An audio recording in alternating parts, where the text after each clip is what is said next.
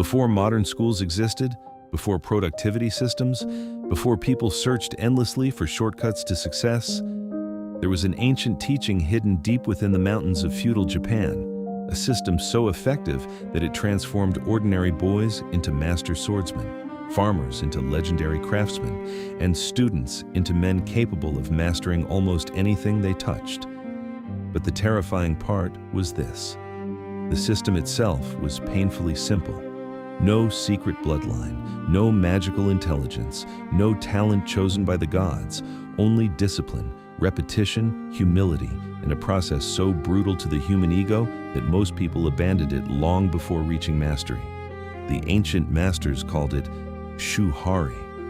And by the end of this story, you will understand why most people today remain trapped as beginners their entire lives, not because they are incapable, but because they unknowingly reject the very path that creates mastery. But before we continue, take 2 seconds to subscribe to the channel. You don't need money, you don't need permission, just one click. And while you're here, leave a comment below telling me one thing you truly want to master before your life ends. Not 10 things, 1. Because tonight's story may completely change the way you approach learning forever. Chapter 1. The Boy Who Wanted Too Much.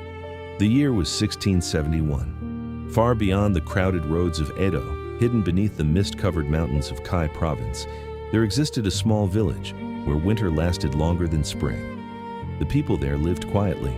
Farmers planted rice, blacksmiths shaped iron, children inherited the lives of their fathers, but one boy refused to accept the life waiting for him. His name was Renji. At 14 years old, Renji possessed neither strength nor status. His father repaired sandals beside the village market. His mother stitched torn clothing late into the night beneath candlelight. The family owned almost nothing. Yet every evening, Renji climbed the hills overlooking the road to watch the samurai pass through the valley below. The armor, the discipline, the stillness in their eyes, the way even silence seemed to move around them differently. He became obsessed, not merely with becoming strong, but with becoming extraordinary. At night, while the village slept, Renji practiced alone using a broken tree branch as a sword. He copied movements he barely understood. Wild swings, rigid stances, imaginary duels against invisible enemies. Months passed, then years. Nothing improved. The branch still felt awkward in his hands. His feet stumbled constantly. His body refused to obey his mind, and yet his obsession only grew stronger. He began stealing moments inside the local shrine library, reading damaged scrolls about swordsmanship and warfare. He memorized famous battle strategies, studied diagrams, learned names of techniques, collected knowledge endlessly. But the more he learned, the worse he seemed to become. His body moved with hesitation. His thoughts interrupted every movement. He overanalyzed everything. One winter evening, frustration finally exploded. Renji struck a training post repeatedly beneath heavy snowfall, again, and again. His hands bled against frozen wood. "Why can't I improve?" he shouted into the empty forest. Then a voice answered from the darkness, "Because your mind is full." Renji froze instantly. An old man stood near the trees wearing weathered black robes. Snow gathered across his shoulders without melting. At his waist rested a single sword. The stranger's eyes remained calm. Too calm. Renji bowed quickly. "My apologies, sir." The old man stepped toward the training post and examined the damage. "You strike with anger," he said quietly. "But anger is heavy." Renji lowered his head. "I want to become strong." The old man looked directly into his eyes. "No," he replied. "You want to become impressive." Those words cut deeper than humiliation itself. The old man extended his hand. "Show me your stance." Renji obeyed immediately. Within seconds, the stranger adjusted everything: his feet, his shoulders, his breathing, even the angle of his gaze. Every correction felt painfully small. "This feels unnatural," Renji admitted. "Of course it does," the old man replied. "You spent years teaching your body the wrong lessons." Shame burned through Renji's chest. The stranger picked up the broken branch lying in the snow. "How long have you trained alone?" "Almost 3 years." "And how much progress have those 3 years produced?" Silence. The old man nodded slowly. "Exactly." Then he handed the branch back. You studied techniques before learning balance. You chased mastery before learning obedience. You tried to express yourself before understanding structure. The old man turned toward the forest path. "Come to the northern temple tomorrow before sunrise," he said calmly. "If you truly wish to learn," he paused, "prepare to destroy the person you currently are." And then he disappeared into the falling snow. Chapter 2. The Temple of Hollow Bamboo. The northern temple rested high above the mountains where few travelers dared to climb. Its wooden walls leaned slightly beneath age and winter storms. Wind chimes echoed softly through the mist. When Renji arrived before dawn, 7 students already knelt silently within the courtyard, and standing before them was the old man from the forest. His name was Master Jiro Takamune. Once, decades earlier, he had served a powerful daimyo during the final years of regional conflict. Some claimed he survived battles that killed hundreds. Others believed he abandoned violence entirely after witnessing something terrible during war. Nobody knew the truth, and nobody dared ask. Master Jiro carried himself strangely for a warrior. There was no arrogance in him, no visible pride, no desire to intimidate. Yet his presence alone silenced rooms. Renji bowed deeply. "You came," the master said. "Yes, master." Jiro studied him for several moments. "Good. Then today you begin Shu." Renji frowned slightly. "Shu?" The master pointed toward a bamboo rack holding wooden swords. "The first stage of mastery." Renji stepped forward eagerly. Finally, real training. But instead of combat, Master Jiro handed him a broom. "Sweep the courtyard," Renji blinked. "Master?" "You heard me." The young boy obeyed reluctantly. For hours he swept snow from the stone pathways while the other students practiced nearby. Wooden swords cracked against one another. Instructions echoed through the air. Real training. Meanwhile, Renji swept endlessly like a servant. By sunset, frustration consumed him. Finally, he approached the master. "With respect, I came here to learn swordsmanship." Master Jiro sipped tea calmly. "No, you came here chasing an identity." Renji clenched his jaw. "I wish to become strong. And yet you cannot even sweep properly." The master pointed toward the courtyard. Renji looked carefully. The snow patterns were uneven. The stone paths remained messy near the corners. "You sweep while thinking about becoming a swordsman," Jiro continued. "That is why your attention is divided." The old master rose slowly. "A man who cannot focus while holding a broom will never focus while holding a sword." Those words lingered painfully inside Renji's mind. The next morning, training became even stranger. No combat, no advanced techniques, no philosophy, only posture. For 6 hours, Renji stood in a single stance, while Master Jiro corrected microscopic details. "Lower your shoulder, relax your jaw, breathe slower. Your left foot carries too much tension. Again, again, again." By afternoon, Renji's legs trembled violently. "This is meaningless," he whispered internally. "How can standing still create mastery?" As if hearing his thoughts, Master Jiro spoke calmly. "Most people fail because they worship complexity." The old master walked slowly around the students. "They believe mastery hides inside advanced secrets, rare techniques, special knowledge." He stopped directly before Renji. "But mastery lives inside fundamentals repeated without ego." Weeks passed, then months. Still no advanced sword techniques, only breathing, balance, footwork, posture, repetition. At first, Renji hated it. His ego screamed constantly, "This is too slow. I already understand this. I should be learning more." But gradually, something began changing. The movements that once felt unnatural became effortless. His breathing slowed automatically. His balance improved without conscious thought. One evening, while practicing a simple downward strike for the 1,000th time, something strange happened. The movement suddenly flowed perfectly. No force, no hesitation, no thought. For a brief instant, his body moved on its own. Master Jiro watched silently from across the courtyard. "Did you feel it?" he asked. Renji stared at his hands in shock. "Yes," the old master nodded once. "That is Shu." Chapter 3. The Cage of Intelligence. Winter passed, then spring. Nearly 2 years disappeared inside the mountain temple. By 18, Renji had become one of Master Jiro's finest students. His fundamentals were flawless, his posture unwavering, his movements efficient and precise. But hidden beneath his improvement, a dangerous problem remained alive: his mind. During sparring matches, Renji constantly analyzed every possibility, every attack, every counter, every outcome. Thoughts flooded him endlessly. What if I fail? What if I disappoint the master? What if the others surpass me? Fear disguised itself as intelligence. One afternoon during training, Renji sparred against a senior student named Daisen. Daisen moved calmly, naturally, without hesitation. Meanwhile, Renji's thoughts raced violently, and within moments, crack! Daisen's wooden sword struck him across the ribs. Pain exploded through his body. Another strike followed immediately, then another. The match ended quickly. Humiliation burned hotter than the pain itself. That evening, Renji sat alone beside the temple garden, staring into dark water.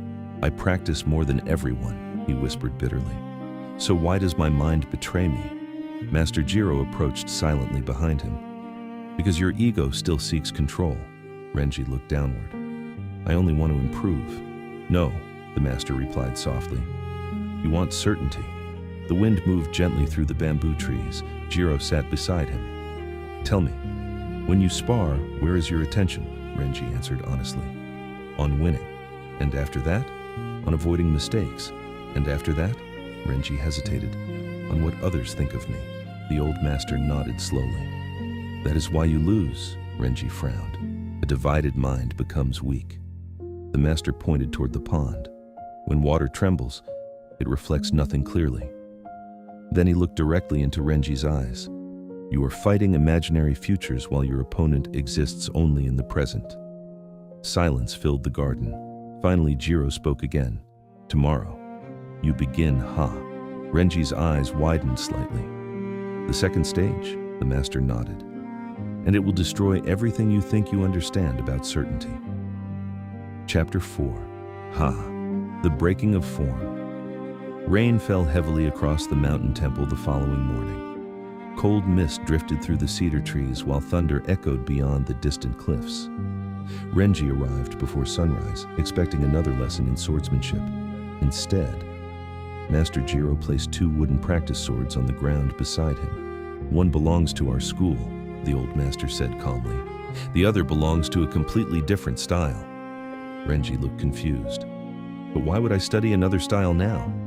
"Because Shu is complete." The master stepped into the rain. "For years you obeyed without question. You copied exactly. You repeated the fundamentals until they entered your bones." Water dripped slowly from his sleeves. "But if you remain there forever, you will become nothing more than my shadow." The old samurai picked up the second sword. "This is Ha, the breaking of form." For the first time since arriving at the temple, Renji began training under another instructor. His name was Master Saito Renjiro, a former duelist known for aggressive movement and explosive attacks. Everything about his style contradicted Jiro's teachings. Master Jiro believed in patience. Saito believed in overwhelming pressure. Jiro taught stillness. Saito taught relentless motion. Jiro moved like quiet water. Saito moved like wildfire. The transition shattered Renji's confidence immediately. "Your stance is too rigid," Saito barked during training. "You move like a tree waiting to be cut down." Then, hours later, "Your center is unstable," Jiro corrected calmly. "You are abandoning balance for speed." The contradictions tormented him. At night, Renji lay awake staring at the ceiling beams while frustration consumed him. How can both teachings be correct, he wondered. Weeks became months. At first, his mind tried desperately to choose one style over the other. One had to be superior, one had to be correct. But gradually, something deeper revealed itself. Beneath the different techniques, both masters were teaching the same invisible principles: timing, awareness, balance, distance, presence. The forms differed. The truth beneath them did not. One evening during sparring, Renji reacted instinctively against an attack. He used Jiro's defensive footwork, then immediately countered using Saito's explosive strike pattern. The movement flowed naturally, without planning. Both masters stopped watching in silence. Rain tapped softly against the wooden roof. Finally, Saito laughed quietly. "There it is," he said. Renji lowered his sword. "What?" Master Jiro stepped forward. "You stopped copying." For the first time, Renji understood. Ha was not rebellion, it was understanding. The purpose was never to worship forms forever, it was to understand them deeply enough to move beyond them. That realization changed everything. But Master Jiro's expression remained serious. Most people become trapped here, he warned. Renji frowned. Trapped? They learn enough to feel intelligent, the old master replied. They adapt techniques, combine styles, create variations. Jiro's gaze sharpened. And then their ego convinces them they are masters. The wind moved through the temple halls. But adaptation is not mastery, creativity is not mastery, knowledge is not mastery. The old man stepped closer. There is one final stage beyond all of this, and reaching it requires something most people cannot tolerate. Renji remained silent. Jiro's voice became almost a whisper. You must eventually forget everything. Chapter 5. The Cave, Without Sound. Winter returned to the mountains during Renji's 20th year at the temple. Snow buried the forest paths, ice formed along the temple roofs. The world became silent beneath white stillness. One morning before dawn, Master Jiro woke Renji personally. Come with me. Together they climbed deep into the mountains carrying only lanterns. Hours passed before they reached a narrow cave hidden behind frozen stone. Inside, there was nothing. No decorations, no bedding, no weapons, only darkness. Renji looked confused. You will remain here for 7 days, Jiro said. And without training? The old master extinguished his lantern. This is training. Darkness swallowed the cave instantly. You rely too heavily on movement, Jiro's voice echoed softly. But a warrior unable to sit alone with his own mind remains incomplete. Then, silence. Renji listened carefully. Footsteps faded away outside the cave. He was alone. The first day felt manageable. Meditation, breathing, silence. But by the second day, his thoughts became violent. Memories surfaced endlessly. His childhood poverty, his fear of failure, his desire for recognition, his jealousy toward stronger students, his secret terror of being ordinary, without distraction. The mind revealed its true nature. By the fourth day, Renji could barely endure himself. Every regret, every insecurity, every hidden fear emerged from the darkness. At one point, he screamed into the cave simply to hear sound again, but the mountain remained silent. Then, during the 6th night, something changed. His thoughts slowed. Not because he forced them away, not because he defeated them, but because he stopped fighting them. For the first time in his life, he simply observed. Fear came, then left. Memories appeared, then vanished. Emotions rose and dissolved like mist, and beneath all of it, a strange stillness existed, not emptiness, not numbness, awareness, pure awareness untouched by thought. When Master Jiro returned on the 7th morning, he immediately noticed the difference. Renji bowed silently. The old master studied his face carefully. You finally heard it, he said quietly. Renji looked up. Heard what? The space beneath thought. Snow drifted softly beyond the cave entrance. Jiro turned toward the mountains. Most people spend their entire lives trapped inside mental noise. He looked back toward Renji. They think endlessly, yet never truly see. The old master's gaze hardened slightly. A distracted mind cannot master anything. Not the sword, not art, not business, not life. They began walking back toward the temple. Real learning begins the moment the noise weakens. Chapter 6. Rei, the Vanishing Self. Years passed. The boy who once swung broken branches wildly beneath snowfall no longer existed. Renji had become something else entirely. His movements carried no wasted tension. His breathing remained calm even under pressure. His awareness stretched beyond immediate action.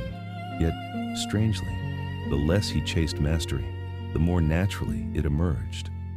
One spring evening, several traveling swordsmen arrived at the mountain temple requesting sparring matches. Among them stood a feared duelist named Kenta Moro, a warrior famous throughout nearby provinces for defeating experienced instructors. Arrogance surrounded him like smoke. When he saw Renji practicing quietly within the courtyard, he smirked. This one? Kenta laughed. He looks more like a monk than a swordsman. Several students lowered their heads angrily, but Renji remained calm. The duel began at sunset. Villagers, students, travelers, everyone gathered around the courtyard. Kenta attacked first, fast, violent, aggressive. Years earlier, Renji would have panicked beneath such pressure. His mind would have raced desperately through techniques and outcomes. But now, nothing. No internal noise, no calculation, no fear, only response. Kenta struck repeatedly. Renji moved effortlessly, not fast, not dramatic, efficient. Every movement happened naturally before conscious thought appeared. The duel ended almost instantly. Kenta lunged forward with a powerful overhead strike and suddenly found himself disarmed in the snow without understanding how he fell. Silence consumed the courtyard. Kenta stared upward in shock. "What technique was that?" he demanded. Renji looked at the fallen sword quietly. "I don't know." And he spoke truthfully, because in that moment, there had been no technique, no chosen strategy, no memorized sequence, only direct response. Master Jiro watched from the temple steps. A rare smile appeared beneath his weathered face. "Rei," he whispered softly. "The final stage. Not the accumulation of techniques, but freedom from dependence on them. Not thinking about action, but becoming completely unified with action itself." The ancient masters described it as no mind, a state where awareness flows without interruption from fear, ego, or overthinking, where the body acts before hesitation appears, where skill becomes inseparable from the self. And yet, the deeper Renji entered Rei, the less he felt like a master, because true mastery destroyed arrogance completely. The more he learned, the more he realized how endless the path truly was. Chapter 7, The Illusion of Talent. Years later, Renji became known throughout the northern provinces as one of the most disciplined swordsmen of his generation. Young students traveled from distant villages seeking instruction, and almost all of them asked the same question. "Master Renji, were you naturally talented?" The question always amused him, because nobody saw the years of failure, the humiliation, the repetition, the loneliness, the boredom, the ego destruction. They only saw the result. One evening, a young student named Hiro asked him directly, "How do some people master skills so quickly while others struggle forever?" Renji looked toward the bamboo forest. Because most people never survive Shu. The students listened carefully. They want advanced results without foundational suffering. He picked up a wooden sword resting nearby. They try to become original before becoming competent. They seek shortcuts before discipline, expression before structure. Renji handed the sword to Hiro. "Show me your strike." The boy attacked quickly, too quickly. His posture collapsed instantly. Renji stopped the sword with 2 fingers. "You see?" he said calmly. "Your body wants speed before understanding balance." The old lesson returned again. Fundamentals first, always. Renji walked slowly through the courtyard. Modern minds worship novelty. They become addicted to constant stimulation, new techniques, new systems, new strategies. He shook his head slightly. But mastery grows through repetition so deep that the skill becomes part of your nervous system itself. The students remained silent. Most people quit during repetition because repetition wounds the ego. Renji's eyes darkened slightly. It forces you to confront how undeveloped you truly are. The wind moved softly through the trees, but those who endure that pain become dangerous. Chapter 8, The Final Lesson. Master Jiro died during early autumn beneath falling red leaves, peacefully, quietly, without fear. On his final evening, Renji sat beside the old master while candlelight flickered softly against the temple walls. Jiro's breathing had become weak, but his eyes remained clear.